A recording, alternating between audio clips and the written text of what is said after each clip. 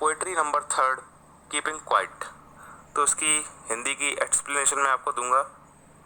तो यार इसमें क्या है, जो इसके पोएट है उनका नाम है पेब्लो नेरुडा, और ये बताते हैं कि जो कविता का शीर्षक क्या संकेत करता है। आपके विचार से कविता किसके बारे में है? अब हम 12 तक गिनेंगे और हम शांत रहेंगे।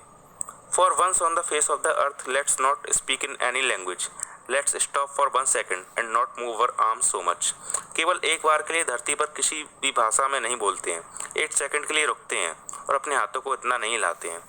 It would be an exotic moment without rush, without engines. We would all be together in a sudden strangeness. बिना भाग दौड़ के और बिना इंजनों के यह एक बेहद अजनबी क्षण होगा।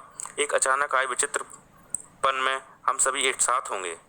Fishermen in the cold sea wouldn't harm whales, and the man gathering salt would look at his hurt hands. ठंडे समुद्र में मछली पकड़ने वाले व्हेल मछलियों को नुकसान नहीं पहुंचाएंगे और नमक इकट्ठा करने वाला अपने घायल हाथों को देखेगा। Those who prepare green wars, wars with gas, wars with fire, victory with no survivors, would put on clean clothes and walk about with their brothers in the shade, doing nothing.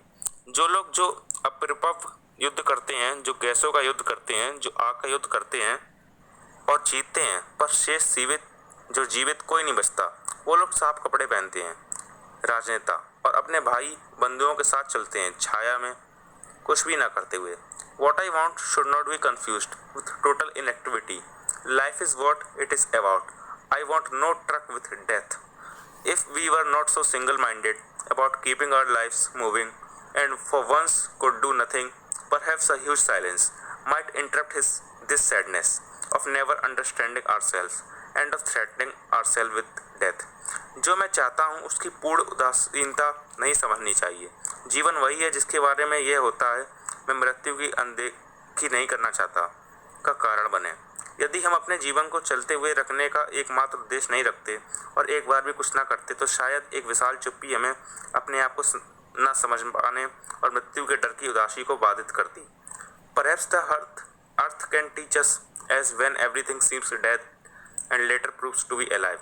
शायद धरती हमें सिखा सकती है जब हर एक चीज मरी हुई प्रतीत होती है और बाद में जीवित साबित होती है। Now I will count up to 12 and you keep quiet and I will go. अब मैं 12 तक गिनूंगा और तुम चुप रहोगे और मैं जाऊंगा।